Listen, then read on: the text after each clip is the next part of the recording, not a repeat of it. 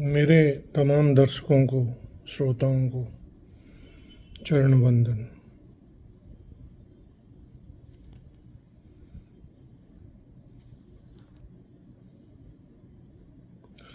विषय वर्तमान विषय है जो आज विश्व स्तर पर चर्चित है।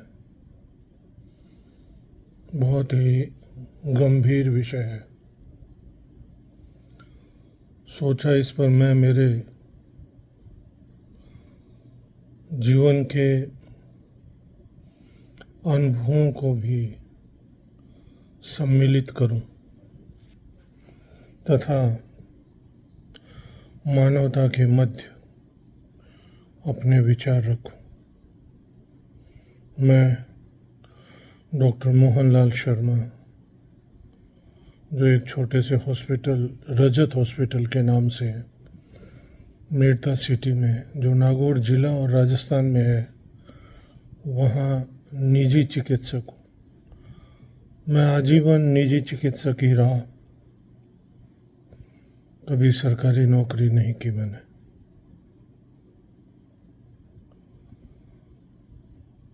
आज का जो ज्वलंत विषय है, आतंकवाद की समाप्ति।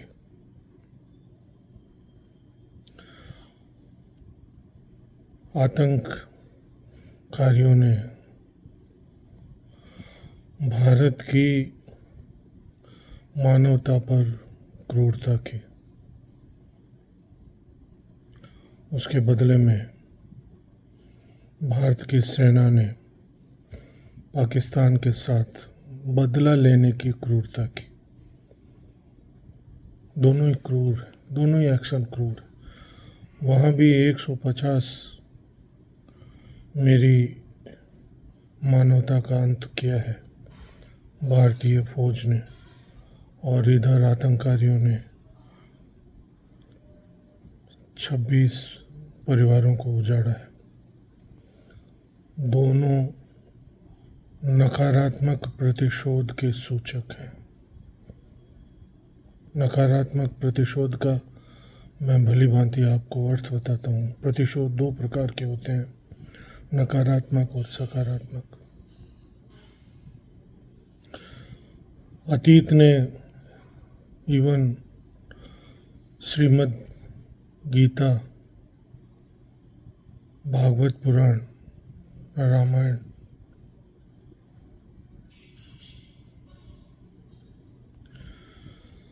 सभी ने आतंकवाद को गलत बताया है, लेकिन समाप्त करने का जो तरीका अतीत से आज तक, आज भी सभी धर्माचार्य, मुझे आश्चर्य होता है, सभी संत समाज, सभी, जब कह रहा हूँ ना मैं, इसका अर्थ ये है कि विश्व की संपूर्ण धर्मों के सभी धर्माचार्य, चाहे वो जैन है, बौद्ध है, जैन है अहिंसा के प्रवर्तक है अहिंसा परमो धर्म है। दया बौद्ध का मूल सूत्र है, और सनातन का मूल सूत्र धर्म, विराट धर्म, बहुत विराट है। धर्म में दया और अहिंसा दोनों आ जाते हैं, सम्मिलित हो जाते हैं। तो हमारा है तो विराट, लेकिन नकारात्मक प्रतिशोध को जन्म देने वाला है, सकारात्मक प्रतिशोध को जन्म नहीं दे रहा। सनातन भी अतीत से आज तक, नकारात्मक प्रतिशोध का अर्थ है कि एक मानव द्वारा दूसरे मानव से की गई हिंसा, घृणा और निर्दयता का उसी अनुरूप प्रत्युत्तर देना, ये नकारात्मक प्रतिशोध है। और सकारात्मक प्रतिशोध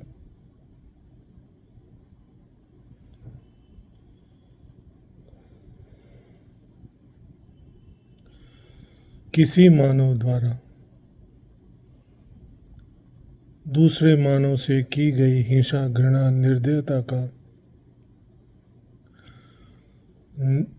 हिंसा, घृणा, निर्दयता की जननी को समाप्त करने का धर्मशील प्रयास करना। हिंसा का जवाब हिंसा से नहीं, हिंसा का जवाब अहिंसा से। आतंक का जवाब आतंक से नहीं, आतंक का जवाब प्रेम से,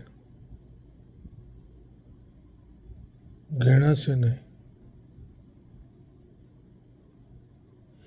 निर्दयता से नहीं। जो आतंकी कर रहे हैं, फौज कर रही है, फौज भी निर्दयता ही कर रही है, किसी को मार रही है, निर्दयता है ये। दया कहाँ है वहाँ? दया नहीं है मित्रों, दया नहीं। तो दोनों ही विश्व की संपूर्ण मानवता आज भारत के एक्शन को सही ठहरा रही है। मेरी दृष्टि में बहुत गलत है। ये नकारात्मक प्रतिशोध है, इससे आतंक खत्म नहीं होगा दोस्तों। मेरा चैलेंज है और उसका उदाहरण है भगवान राम ने। आप गीता को संभालिए, यदा यदा हि धर्मस्य ग्लानिर्भवति भारत। कितना गलत संदेश दिया है। धर्म की स्थापना अधर्मशील लोगों के अंत से थोड़ी होगी। द्रोण का अंत हुआ, भीष्म का अंत हुआ, दुर्योधन का अंत हुआ, शुकनी का अंत हुआ, पता नहीं कितने योद्धा आचार्य द्रोण गए महाभारत युद्ध में। क्या हुआ? आज नहीं है द्रोण, आज दुर्योधन नहीं है। ये आतंकी दुर्योधन ही है, और क्या? सुकनी है। हाँ दोस्तों, हंसी आ रही है मुझे, लेकिन बहुत ही रोने का विषय है ये। आंखों से अश्रु निकलने चाहिए, आंसू से अश्रु धारा निकलनी चाहिए कि मेरी मानवता नकारात्मक प्रतिशोध के द्वारा आतंकवाद को समाप्त करना चाहती है, जिसको न भगवान राम कर सके न मर्यादा पुरुषोत्तम भगवान राम इधर उधर। भगवान कृष्ण की तो महिमा करे उतनी कम। श्रीमद् भागवत महापुराण को हमारे एक बहुत अजीज बुजुर्ग थे, वो कहते थे कि इसमें धर्म, कर्म, मोक्ष सबका समाहित है, सब चीज़ें इसमें समाहित है। इसको पढ़ने के बाद राजा परीक्षित का मोक्ष हुआ। मोक्ष, अब कैसा मोक्ष हुआ होगा? मेरा मोक्ष तो बिल्कुल अलग है। मेरे मोक्ष की परिभाषा तो बहुत अलग है। अब परीक्षित को कैसा मोक्ष मिला मुझे पता नहीं, मैं नहीं जानता, और किसने दिया ये भी नहीं जानता।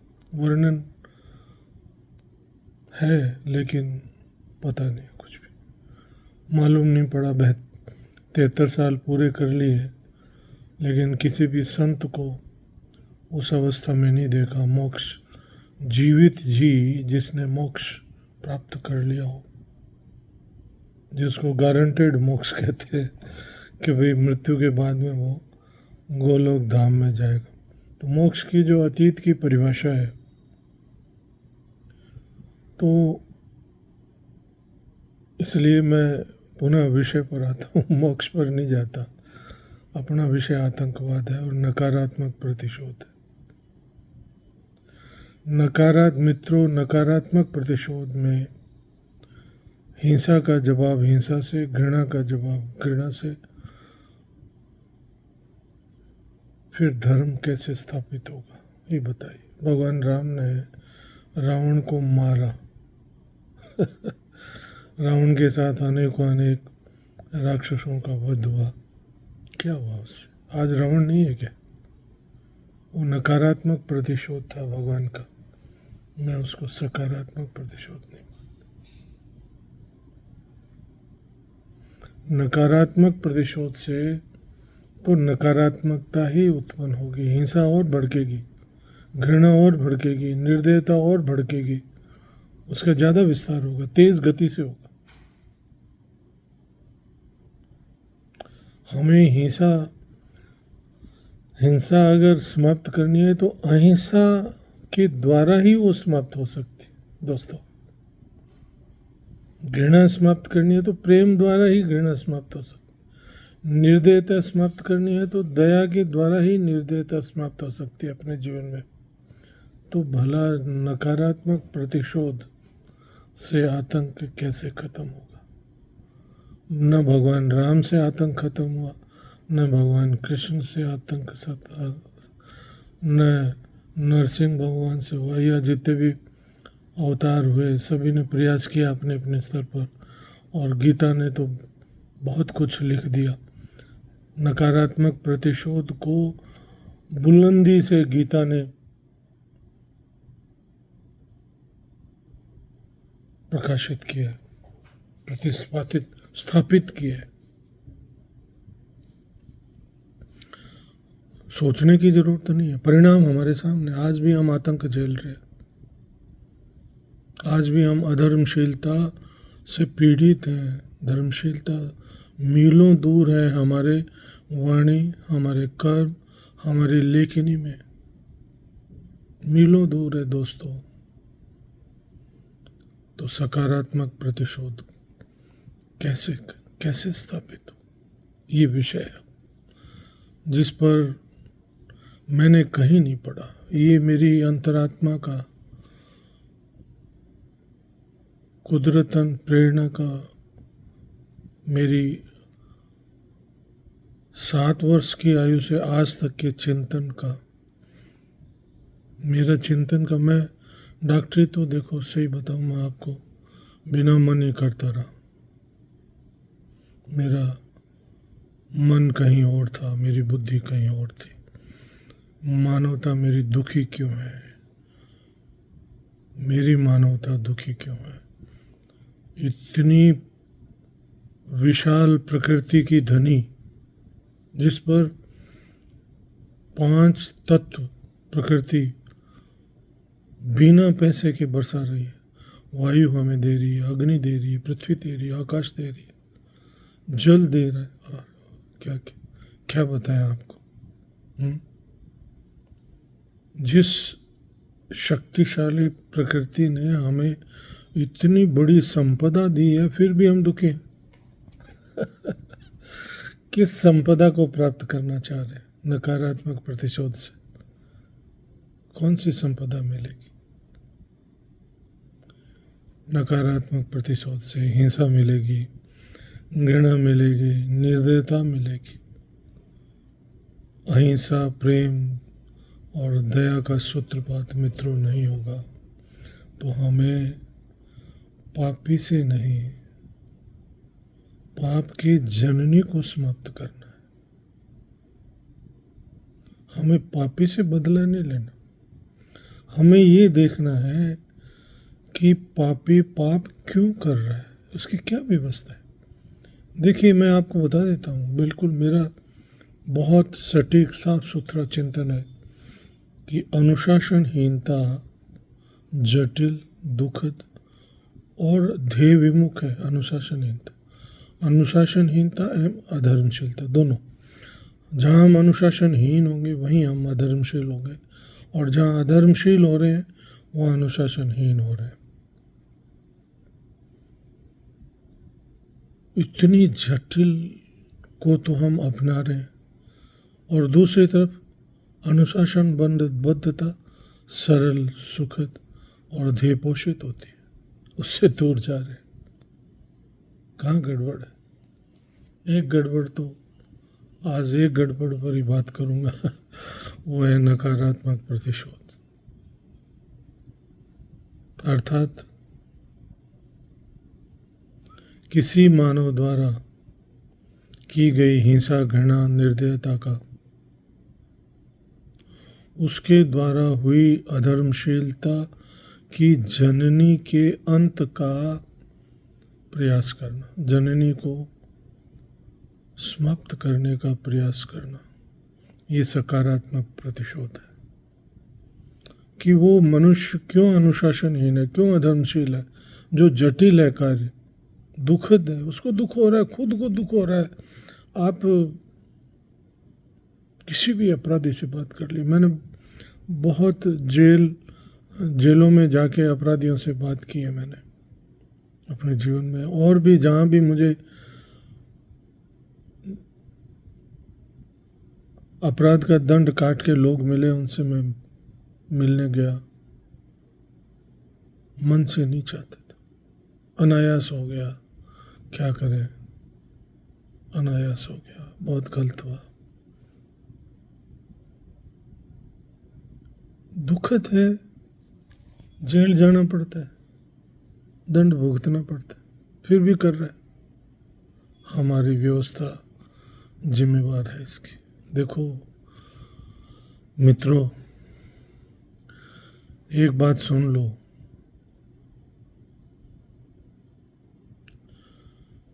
नकारात्मक प्रतिशोध की जो जननी है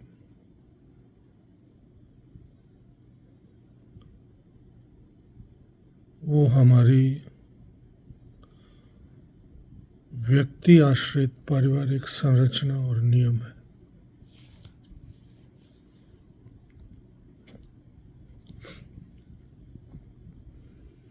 व्यक्ति जन्म लेता है, एक बच्चा नवजात शिशु जन्म ले रहा है, हिंदू परिवार में, ब्राह्मण परिवार में जन्म ले रहा है, ब्राह्मण हो गया, शूद्र परिवार में जन्म ले रहा है, शूद्र हो गया, मुस्लिम परिवार में जन्म ले रहा है, मुसलमान हो गया, ईसाई परिवार में जन्म ले रहा है, ईसाई। जहाँ जिस धर्म की माता है उसी धर्म की संतान पैदा होती है।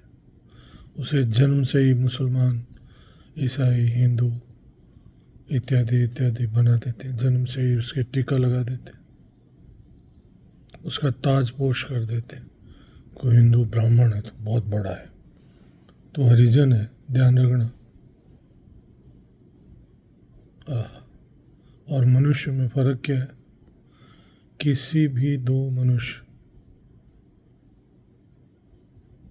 में कोई फर्क नहीं, भगवान ने कहीं फर्क, और जो फर्क दिया वो व्यवस्था के लिए दिया कि हम एक सुंदर व्यवस्था बना सकें। किसी में बुद्धि ज़्यादा दी है तो उसको दूसरी व्यवस्था में फिट करने का है, क्योंकि व्यवस्था, ये जो 4 वर्ण हैं वो व्यवस्था के सूचक है।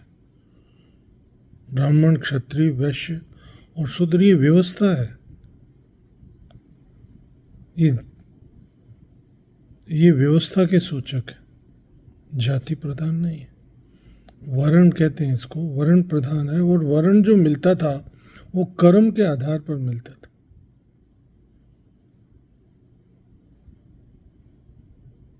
अर्थात माँ के गर्भ में वर्ण तय नहीं होता था।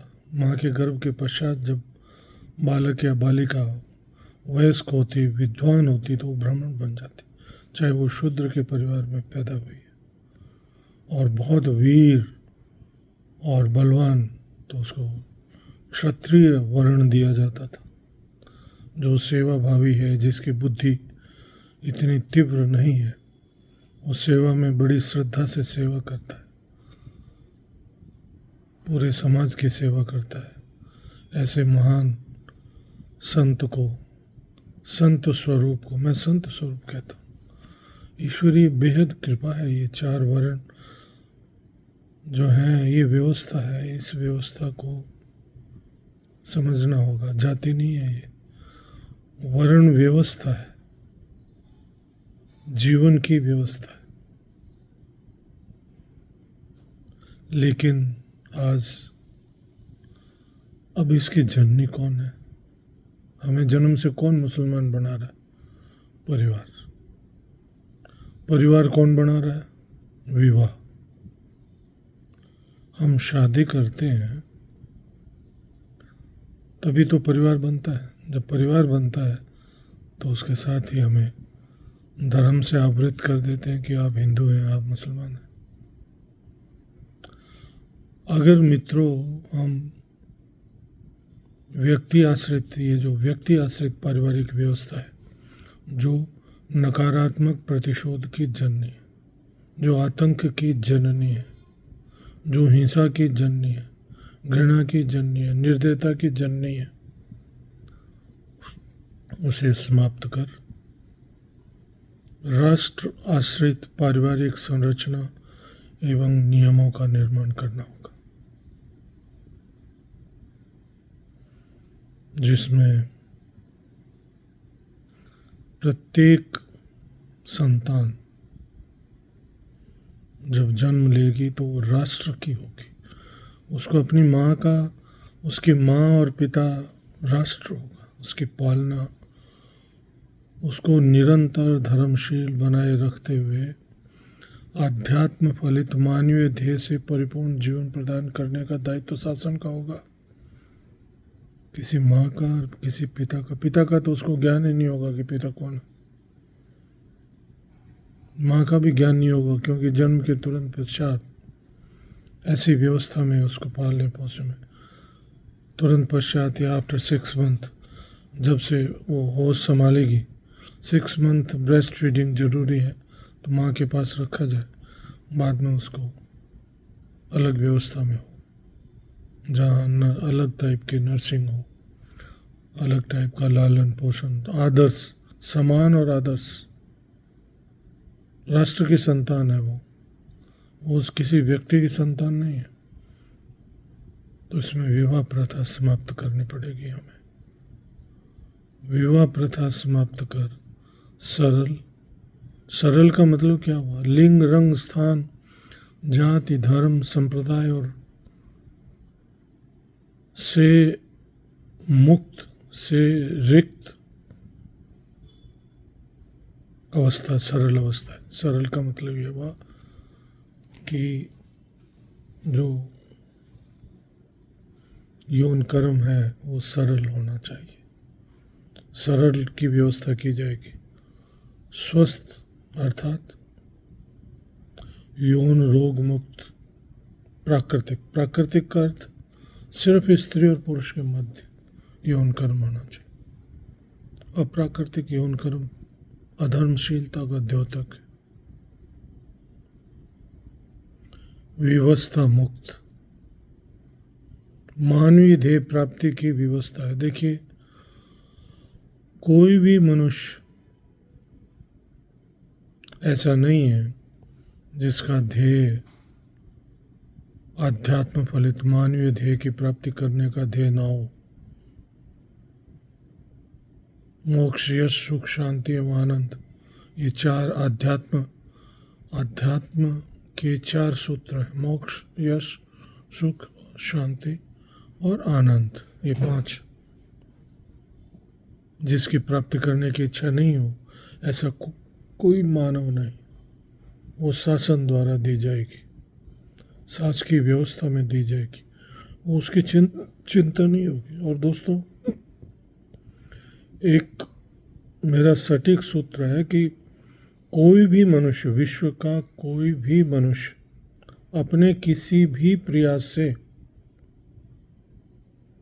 निरंतर धर्मशील रहते हुए आजीवन आध्यात्म फलित मानवीय ध्येय की प्राप्ति कर ही नहीं सकता। अपने प्रयास से नहीं कर सकता किसी भी हालत में। और जो कि उसका परम ध्येय है, एकमात्र ध्येय है उसका, लेकिन वो अकेला नहीं कर सकता, शासन कर सकता है। शासन अगर सर्वशक्तिमान हो, ईश्वरीय गुणों से युक्त हो, अनश्वर,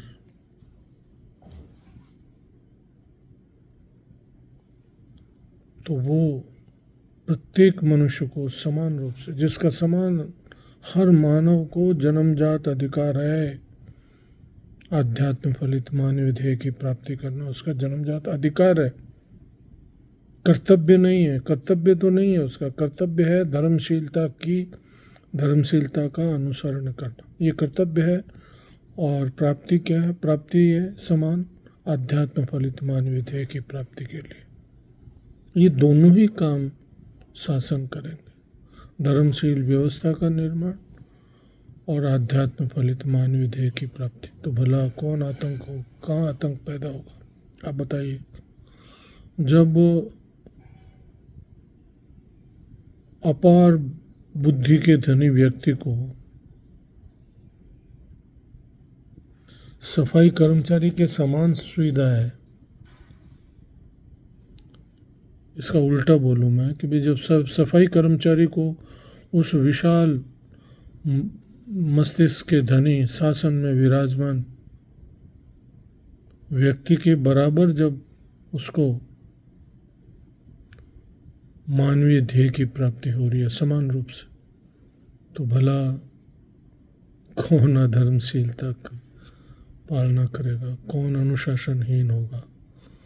स्वप्न में भी उसके ऐसी बात नहीं आएगी। उसके अहिंसा, प्रेम, दया,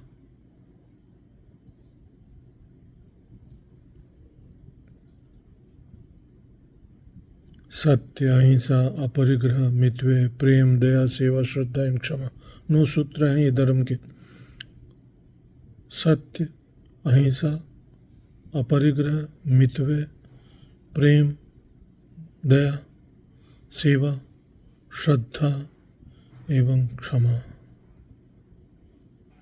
उसका जीवन लबालब होगा जब उसको आध्यात्म फलित मानवीय ध्येय की प्राप्ति मात्र अपने बौद्धिक एवं शारीरिक योग्यता के अनुसार किए गए काम के बदले जब मिलेगी,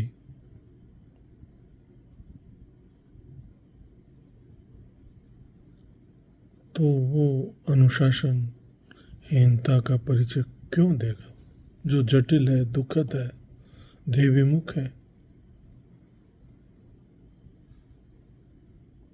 प्रत्येक संतान की जाति मनुष्य होगी इस व्यवस्था में। राष्ट्र आश्रित पारिवारिक व्यवस्था में प्रत्येक नागरिक को उसकी बौद्धिक या शारीरिक योग्यता अनुसार निःशुल्क, काम उन्मुख, धर्मशील शिक्षा एवं दीक्षा दी जाएगी समान रूप से।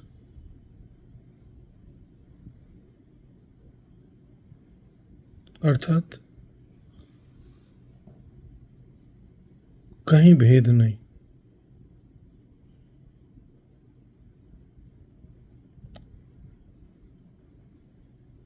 सुरक्षा उस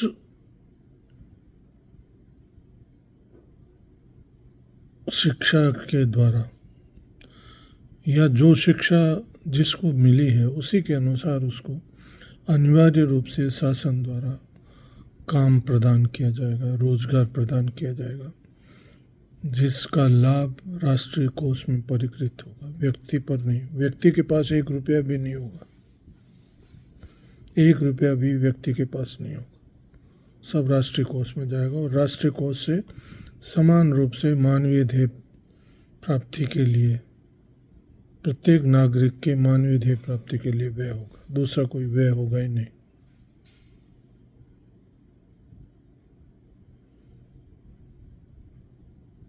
प्रत्येक मनुष्य जो नागरिक है राष्ट्र का, उसकी जाति मनुष्य होगी, उसकी माता पिता और परिवार, समस्त परिवार राष्ट्र होगा,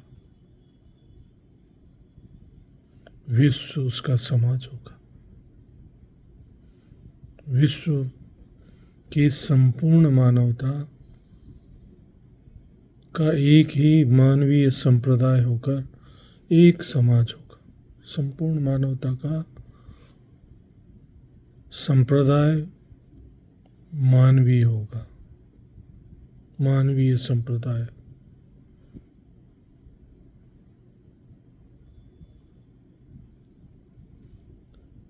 शासन की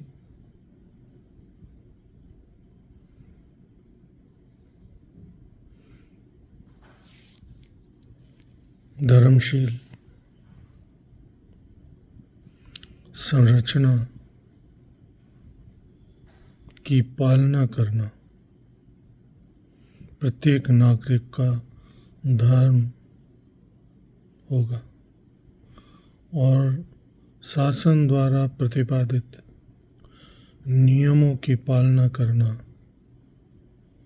प्रत्येक की धर्मशीलता होगी। प्रत्येक नागरिक की धर्मशीलता उन नियमों को पालना करना, जीवन के प्रत्येक क्षण पालना करना उसका, उसकी धर्मशीलता होगी। और शासन सभी मानवता का, संपूर्ण मानवता का, अपने अपने राष्ट्र की मानवता का ईश्वर और आराध्य होगा। बताइए आप, न अल्लाह होगा, न राम होगा, न ईसा मसीह होगा। शासन सबका पिता, सबका ईश्वर होगा, सबका आराध्य होगा। और शासन द्वारा नियमों की पालना करना धर्मशीलता होगा। तो सारे धर्म एक हो गए, सारे संप्रदाय एक हो गए, मर्ज हो गए। मानव की जिस स्तर पर भिन्नता है आज, और वो भिन्नता आतंक को जन्म दे रही है, वो भिन्नता समाप्त होगी। जननी, जो आतंक की जननी है, वो समाप्त होगी। तो कोई न हिंदू रहेगा, न इस्लाम मुसलमान रहेगा, न ईसाई रहेगा, न जैन रहेगा, न बुद्ध रहेगा, न कोई सिख होगा। सिर्फ मानव होगा, मनुष्य होगा, मनुष्य होगा, मनुष्यता होगी। दोस्तों, आज के आतंकवाद को अगर समाप्त करना है तो राष्ट्र आश्रित पारिवारिक संरचना और नियमों की स्थापना करनी होगी। आज सभी राजनीतिक दलों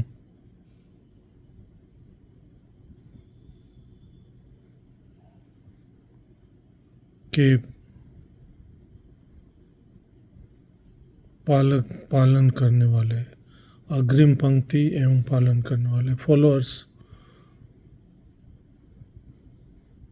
तमाम संत समाज, तमाम धर्माचार्य, सभी से मेरा करबद्ध आग्रह है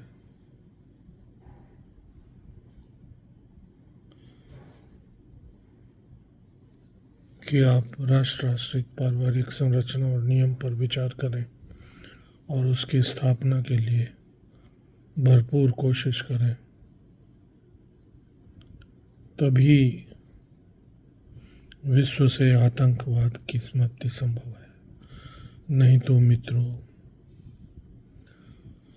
फौज भी वही काम कर रही है जो आतंकी कर रहे हैं। कोई फर्क नहीं है दोनों में, कोई फर्क नहीं, बेसिक कोई फर्क नहीं। आप कहेंगे भारत के निर्दोष लोगों की उन्होंने हत्या की और भारत के सैनिकों ने दोषपूर्ण लोगों की, जो दोष से लबालब थे, जो आतंकी थे, उनका अंत किया। लेकिन दोनों तरफ मानवता थी। मेरी मानवता तो दोनों तरफ थी, दोनों समान थी। वो भटका हुआ इंसान था और वो सही रास्ते पर चलने वाला राहगीर था। भटके हुए इंसान को रास्ता दिखाना पड़ेगा। उसके लिए राष्ट्र आश्रित पारिवारिक व्यवस्था की संरचना करनी होगी, स्थापना करनी होगी। दोस्तों, उस भटके हुए इंसान पर दया करो, उस भटके हुए इंसान को अहिंसा के मार्ग से परिवर्तित करें और धर्मशील संरचना द्वारा, मेरी राष्ट्र आश्रित पारिवारिक व्यवस्था द्वारा उसे धर्मशील बनाए। यही मेरा संदेश है, यही सकारात्मक प्रतिशोध है। नकारात्मक प्रतिशोध मनुष्य के करने लायक नहीं है। नकारात्मक प्रतिशोध अधर्मशीलता का सूचक है। फौज ने भी अधर्मशीलता की, आतंकियों ने भी अधर्मशीलता की। मैं दोनों को बराबर अधर्मशील मान रहा हूँ। मित्रों, विचार करो, बहुत गहन विचार की जरूरत है। मुझे बड़ा दुख होता है कि आज भारत की सर्वोच्च पदों पर आसीन बुद्धिमता ने ये रास्ता चयन किया है कि आतंकियों को मारने का। इससे आतंक समाप्त नहीं होगा मित्रों। मोदी जी की वाह कर रहे हैं सारे। मोदी जी ने ये नकारात्मक प्रतिशोध युक्त कार्य किया है। हमारी फौज ने नकारात्मक प्रतिशोध युक्त कार्य किया है।